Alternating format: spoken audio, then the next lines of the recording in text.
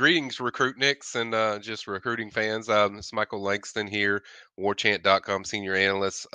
So much to get into from the FSU spring game. It was a lot of stuff going on as far as this weekend.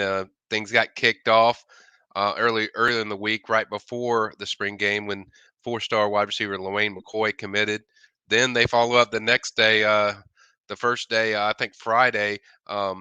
Luke Krumahawk announced that he is shutting down his recruitment. He's going to be a Seminole. He's going to sign with FSU. That was big news, even leading up to the weekend. And then on Saturday, Cam Davis did the same thing, shut down his recruitment. So they were already off to a very strong start.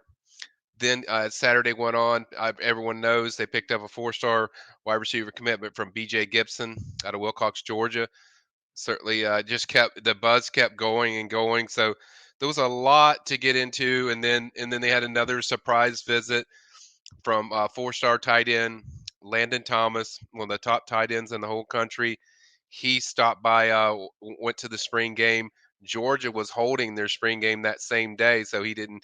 He decided to attend the FSU one, which was certainly an eye-raising thing. And so, after doing some checking, I checked around, and certainly the buzz I was hearing was going into the visit was positive, and then it got really positive as far as how the visit went and everything trending. And as I mentioned on Sunday, I feel like this is trending towards FSU and it's looking good. And the buzz I'm hearing is very good for FSU.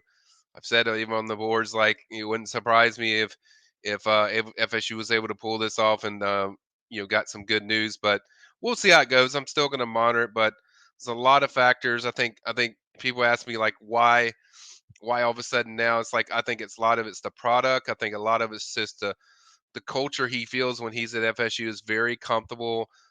It's not far from home, so that certainly makes it good. And their attraction to having top tight end in this offense. I think when Landon watches this offense as well, he sees a lot of stuff of what Johnny Wilson does, and that's very attractive. So I think those are kind of the factors that certainly are benefiting FSU. They're coming off a big season. It's kind of what I mentioned last year about the product. It's just a big deal. So certainly some positive news there with Landon. Then also on that day, offensive lineman, four-star offensive lineman Jason Zanamella visited. That seemed to go really well. I have an RPM pick for FSU. I still think he's on commit watch. I think that's a guy to certainly keep an eye on. I think FSU's in a good spot there. So no need to cover that. I think the guy that really was taking his first visit, you really just didn't know kind of where FSU was at in the pecking order was Manes Ati. I mean, he was coming in for a visit out of California. He hadn't visited FSU before. You know how Alex Atkins is with these recruits, but still, you just never know. And they knocked it out of the park. He got up with Warchant got up with him earlier today on Sunday. Everything was very positive. Surprisingly, he said he asked him about he was thought about committing, and he said that definitely crossed his mind. So it's something that is a positive, and everything I've heard and checking on the intel after these visits on Sunday was that FSU is trending and FSU is the team to watch in that recruitment. So big move for FSU there. A five-star offensive lineman Jonathan Daniels also visited. He's set to officially visit FSU last in the month of June. Seems like he's going to take it the distance. I still like where FSU is, although I think LSU is a major player in this race, but I still like FSU. If I was making a pick, I would still pick FSU as of today. Certainly, that one's going to go down to this down to December because he wants to decide around then. I think FSU probably gets a fall official visit as far as when Daniels comes back in. And then the other guy that departed on Sunday was Dylan Stevenson. The interesting part about his recruitment was, you know, I think FSU felt going into the visit that they're in a pretty good spot. They've recruited him the hardest. Miami's certainly heavily in the picture, but it's a different push as far as what he hears from FSU. He actually said after after this visit that he's likely to set a commit date. So he's still going to take official visits coming up. Some of them summer and some of them fall, but didn't really give a timeline on the exact decision. He just said probably next month is what Dylan said. So certainly also that's another positive just coming off that visit that FSU's made an impact. And usually when guys set commit dates and stuff, that's usually not a bad sign. But still, I think a long ways to go when you're talking about a official visit still out there that he would like to take. So just more good news as far as that goes. And I think for the most part, the rest of the weekend, four-star wide receiver James Madison visit. I've heard it went well, but outside that, I think it was just a lot of positivity as far as FSU making moves on different recruitments. Now there's some positions where they maybe had to pull the reins back a little bit, like wide receiver after getting B.J. Gibson.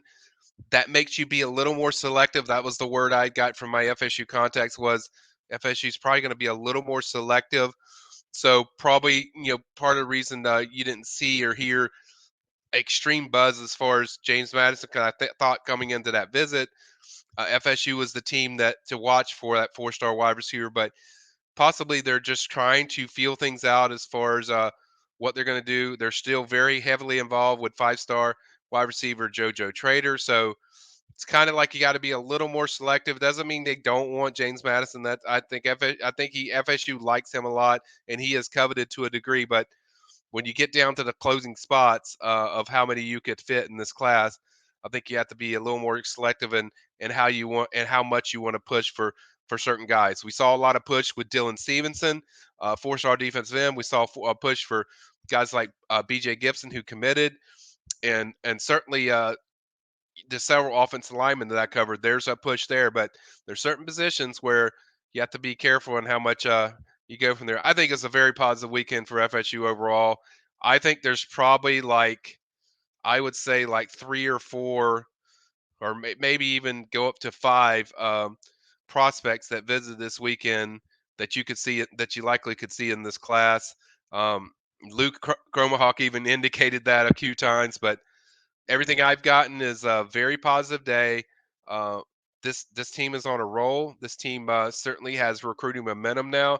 I think the commitments of B.J. Gibson and Lewayne McCoy, and then these other ones that are lingering that I think could happen in the next week or so. It's an exciting time for FSU, and certainly I think everyone asks me too. It's like, what's the feedback on the spring game? I think the thing is like when recruits watch these spring games, they like it because it's more in situational stuff that really caught their attention. It's not just your regular spring game where you do about a fun stuff. It was very practice simulated and certainly a, a a game that a lot of recruits could relate to. So certainly a good experience for everyone. So um, anyway, that's the latest as far as what's going on recruiting. Stay tuned, guys. I will have a 10 to watch. I'm going to work on late next week. So that's something I'm going to pick up, kind of seeing what's going to happen in these next few days or next week before I really get into that. But without question, a very positive weekend for FSU. Some great developments, some great talent on campus. And this class is starting to you put together. They're now up to number 8 in the on three ranking. So just they keep moving up, and you feel like I felt like when they got Chrome Hawk and they got Cam Davis to come in there and solidify everything. I think that was a big like tone setter for the whole weekend where now you can recruit these guys. Now you can say, they don't have to worry about, oh, is this guy going to be there?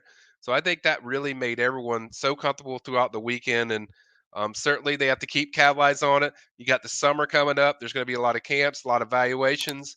And then you certainly have the season coming up that'll be pivotal for FSU again. You can't just relax and say, oh, had a 10-win season, we're good. I mean, they're going to have to keep producing but certainly this is a very big start going into the summer. So great weekend for FSU. Once again, this is Michael Langston, Senior Recruiting Analyst for Warchant.com.